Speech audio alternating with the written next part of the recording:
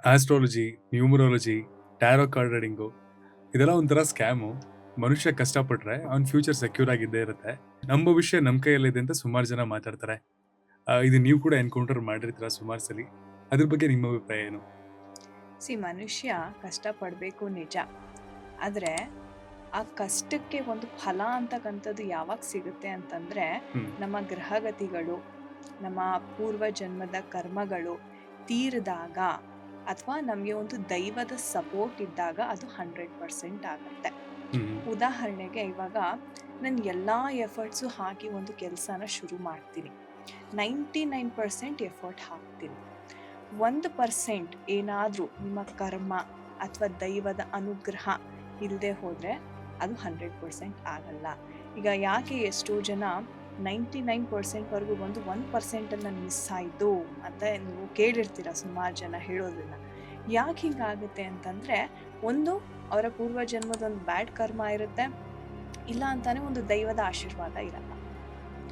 ಇದಿದ್ರೇನೆ even 99 ಅನ್ನೋದಕ್ಕೂ ಒಂದು ನಮ್ಮ +1 ಹಾಕಿದ್ರೇನೆ ಅದು 100%. ಹ್ಮ್. ಸೊ ಹಾಗಾಗಿ ದೈವ ಅನುಗ್ರಹ ಅಂತಕ್ಕಂಥದ್ದು ಎಲ್ಲರಿಗೂ ಬೇಕು. ಅದು ಸ್ಪಿರಿಚುಯಾಲಿಟಿ ಮುಖಾಂತರ ನಾವು ಕಂಡುಕೋಬಹುದು. ಓಕೆ. ಆ್ಯಂಡ್ ಆಸ್ಟ್ರಾಲಜಿ ಆಗಲಿ, ನ್ಯೂಮರಾಲಜಿ ಆಗಲಿ ಅಥವಾ ಯಾವುದೇ ಥರದ ಭವಿಷ್ಯವನ್ನು ಅಥವಾ ಫಾರ್ಚೂನ್ ಟೆಲ್ಲಿಂಗ್ ಹೇಳೋ ವಿಷಯಗಳಲ್ಲಾಗಲಿ ಈ ಫೇಕ್ ಮಾಡೋರು ಕೂಡ ತುಂಬ ಜನ ಇರ್ತಾರೆ.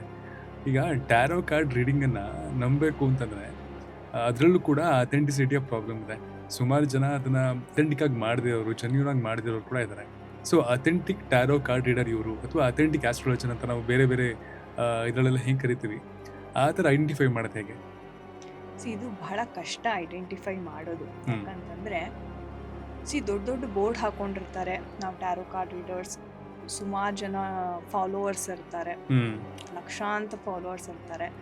ಆದರೆ ಅವರು ಕ್ಲೈಂಟ್ ಅಂತ ನಾವು ಯಾರು ಬರ್ತಾರೆ ಅವ್ರಿಗೆ ಒಂದು ಭವಿಷ್ಯ ಕೇಳೋಕ್ಕೆ, ಒಂದು 5 ನಿಮಿಷ ಅದು ಕಾರ್ಡ್ಸು ಹಾಕಲ್ಲ. ಓಕೆ. ಸುಮ್ಮನೆ ಏನೋ ಒಂದು ಹೇಳಿ ಕಳಿಸ್ಬಿಡ್ತಾರೆ. ಸುಮಾರು ಕ್ಲೈಂಟ್ಸ್ ನನ್ನ ಹತ್ರ ಬಂದಿರೋರು ಇದನ್ನೇ ಕಂಪ್ಲೇಂಟ್ ಮಾಡ್ತಾರೆ, ಮೇಡಮ್ ನಾನು ಎಷ್ಟೋ ಒಂದು XYZ ಅಮೌಂಟ್ ಕೊಟ್ಟು ಹೋಗಿದ್ದೆ, ಆದರೆ ಅವ್ರು ನನಗೆ ಒಂದು 10 ನಿಮಿಷನೂ ಹೇಳಲಿಲ್ಲ.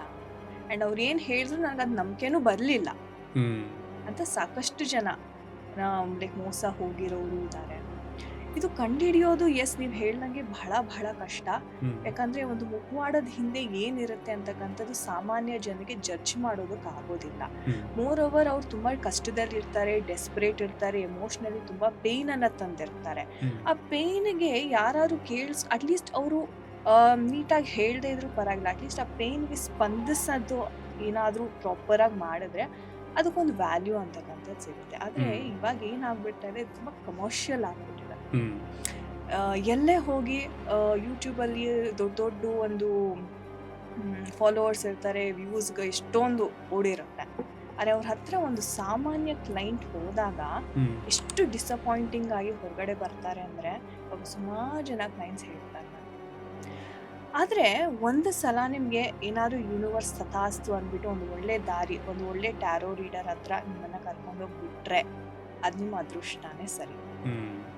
ಸೊ ಇದು ಹೆಂಗೆ ಕಂಡುಹಿಡಿಯೋದಂದರೆ, ನೀವು ಯೂನಿವರ್ಸ್ನ ಪ್ರೇ ಮಾಡಬೇಕು.